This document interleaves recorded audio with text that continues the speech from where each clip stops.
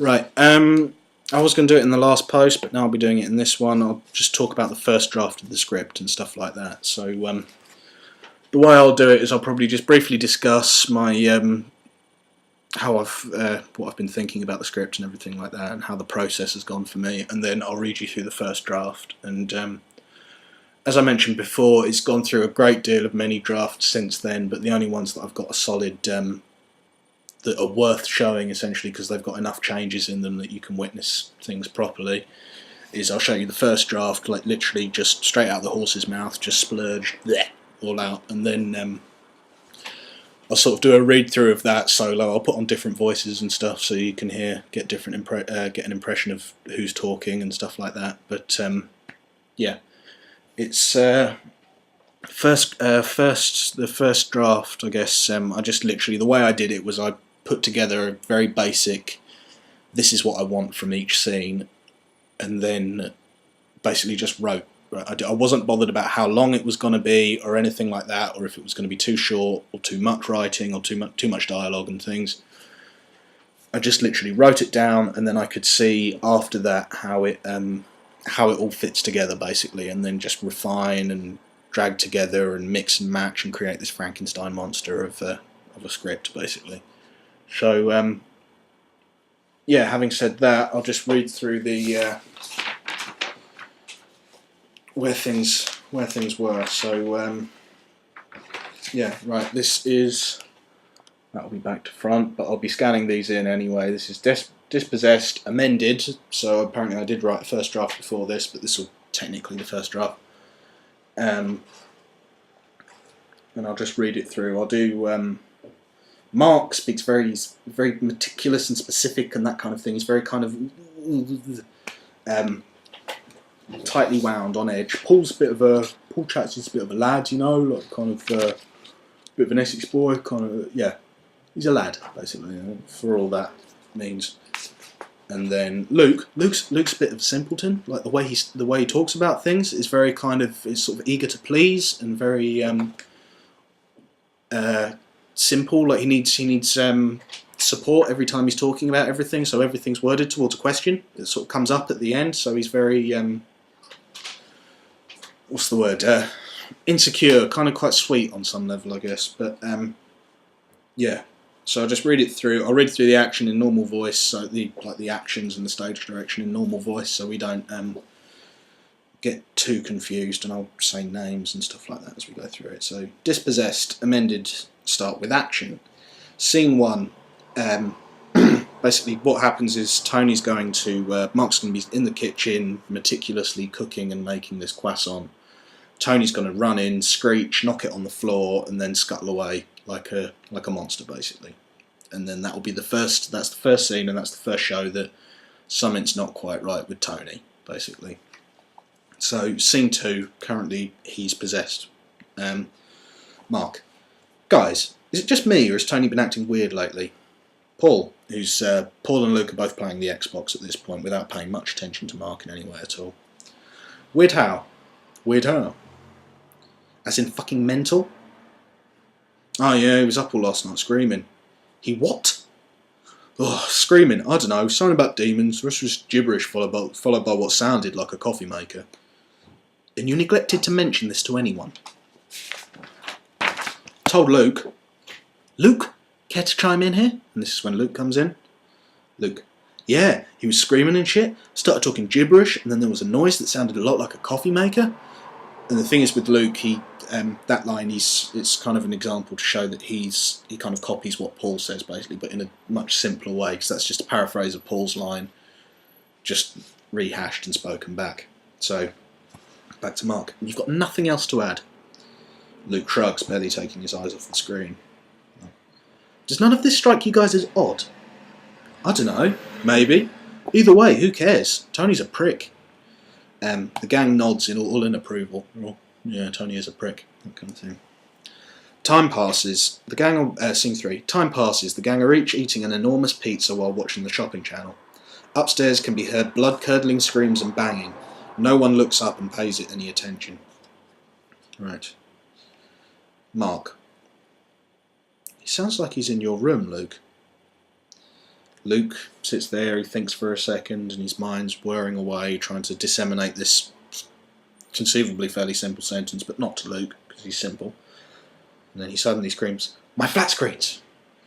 And then the gang rush upstairs and are confronted by a possessed Tony doing some kind of gag from The Exorcist. Basically, he's going to be riffing on the kind of Exorcist possessed behaviour and stuff like that, and just freaking out, like, sort of, yeah, that kind of thing. Right, scene 3, The Omen. Oh, no, that needs tweaking. Sorry, I've rewritten, this is where I've rewritten scene 3, so I'll just go through it again, sorry. Right. The gang are sitting transfixed to the shopping channel, each steadily chowing down on an enormous pizza. From upstairs, a blood-curdling racket can be heard, screaming and the sound of crashing furniture. No one is paying it any attention. The crashing gets louder, seemingly changing to another room. Mark silently observes this change. Mark. He sounds like he's in your room, Luke.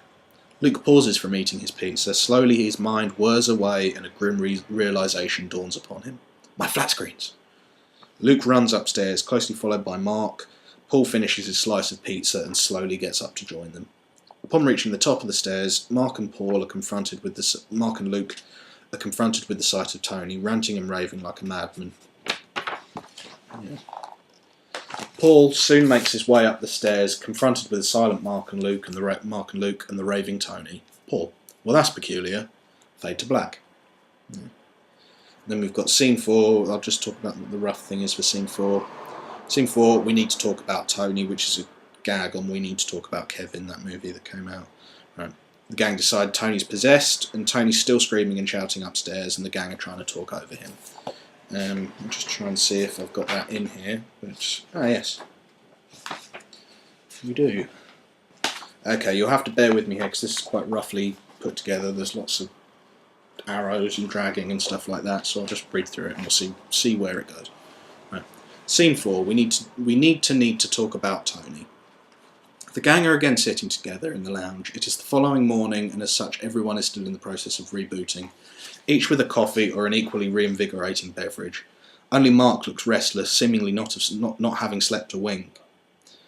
He shakes through his black coffee and thinly rolled cigarette. Tony is still upstairs screaming. Luke. You okay, Mark? Didn't see you out last night, but you're looking rough as fuck.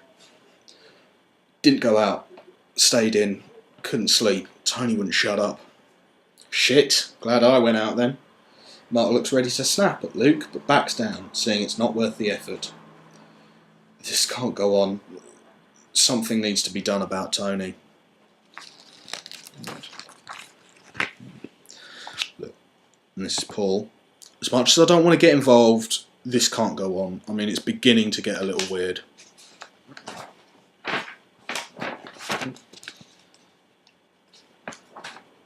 Mark begins to crack, gaining energy and coherence as his rage builds. Mark. Beginning to get weird. Tony has been screaming for, 14 hours and 18 minutes. By beginning to get weird, do you mean starting to have an effect on Paul's little fucking bubble of self-obsessed bullshit? Luke. Hey, don't you start blaming this on Paul. It isn't his fault Tony's having a breakdown. Mark. Breakdown? In what capacity is this a breakdown? I'm having a fucking breakdown. Tony has gone all out, off the fucking edge, batshit insane. Luke. Seemingly ignoring Mark's tirade.